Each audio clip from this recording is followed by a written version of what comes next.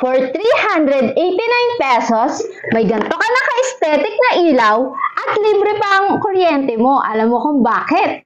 Kasi solar light siya. Isa sa nagpapakaba sa ating mga nilalang ang pagtaas ng kuryente. Diyos ko, din ako nakatiis sa taas ng kuryente kaya bumili na nga ako nito sa Orange app nitong solar light na to. Sa init ng panahon ngayon, siguradong sikat na naman tong araw na to. Tara, pakinabangan natin tong haring araw na to. Once you get the package, complete set na siya. May mga torilyo na, remote control, may screwdriver pa nga, at battery for remote control. Diba? San ka pa? Alam nyo, ngayon lang ako nakakita ng pang-ceiling na solar light. Kasi diba usually, yung mga nakikita nating solar light is katulad nito. Diba? Pero ngayon lang ako nakakita. Pero ewan ko kung baka dati pa siya. Pero ngayon lang nakakita ng ganito. Para sa ceiling siya. So, yan, nakaganyan siya. Diba? Ang ganda. Excited na ako. Ay, kakabit ko to. Gamit na gamit to. Kasi diba sa init ng panahon ngayon, nagtaasan na din ang bill natin sa kuryente. So, ngayon, pinadalan ako ni Moon Shop. So, ito siya. Pwede nyo siya mabili dito at meron pa kayong voucher o free shipping. At bagay na bagay siya sa bahay namin kasi kulay team puti at kahoy ang plan ko sa kwarto namin. Kaya nga tuwang-tuwa ako dito sa product nito. Pwede mo nga din siyang i-turn off and on since may remote control siya. Pwede din siyang gawing auto-on para in case na wala kayo sa bahay bandang 6 PM, mag-auto-open siya. O diba may magbubukas na ng ilaw para sa'yo. Libre pa kuryente mo. Apakasulit talaga nito, guys. Isingit ko nga pala, berries tong nabili ko sa Orange app na short. Tignan ko. Ay, tuwang-tuwa ako. Ang ganda ng tahi niya. Perfect na perfect. At ang comfy niya talaga. Grabe, sobrang init naman dito sa inuupuan ko. Yung electric pan namin, gamit ng gamit. Namumblema ako sa kuryente. Siguradong tataas siya.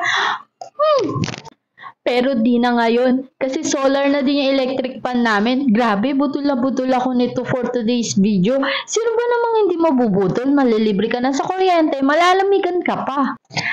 Yung napili ko palang kulay ay kulay white. Sa bagay, kulay white lang naman talaga ang kulay niya.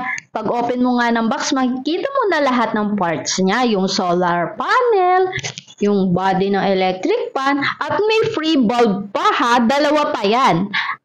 And last na nasa box, yung kanyang base o doon nakalagay yung battery niya. So, medyo may kabigatan tong part na to. Pero, kaya mo namang bitbitin. Dahil independent woman tayo, ako na ang magbubuo nitong electric pan na to. But first, ang una mong kakabit yung battery connection niya. Then, sunod yung body ng electric pan. Ayan, i-slide mo lang siyang ganon. Sunod yung grills at yung pihitan niya na maliit na yan, panlock ng wheels. Sunod naman yung pinaka-hélice niya. Ayan. Sunod yung panlock ng hélice para syempre hindi lumipad, no? Ano ka ba? Then sunod nilagay ko yung parang bilog na yan para design yan doon sa grills. At hinigpitan ko, may tornilyo yan sa taas ha. Yan kasi yung pinaka-lock ng grills niya. Yan, medyo mahirap yung part na yan pero kaya nyo naman. Ito nga pala, berries, yung cord ng electric pan. Pag makulimlim ang panahon, syempre hindi ka makakapag-charge. Pwede mo siyang gamitin as parang normal nating mga electric pan sa bahay na sinasaksak sa kuryente. Yung kulay red na ilaw na yan, berries, yan yung kanyang charge. Ibig sabihin, yung kulay red na ilaw na yan, berries, yan yung palatandaan na nagcha-charge yung ating electric pan.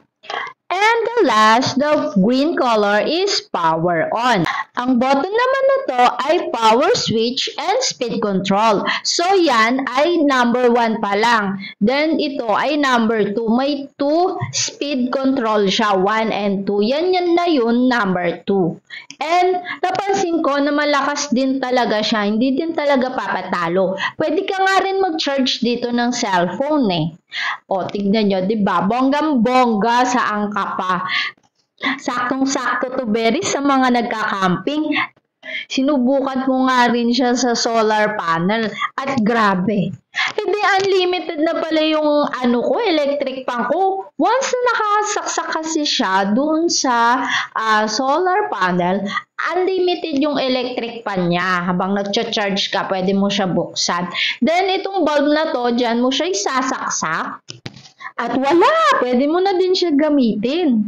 Ang battery capacity nga pala nito, Beris, ay 266 mAh at waterproof na nga din siya. Siyempre, yung panel yung waterproof ha. Grabe, masyado naman ginalingan ni Munishop itong electric pan na to. So, yun lang, Beris. Salamat sa panonood. Lalagay ko na lang sa description box. Huy, mare, lalagay ko sa bio yung link ka.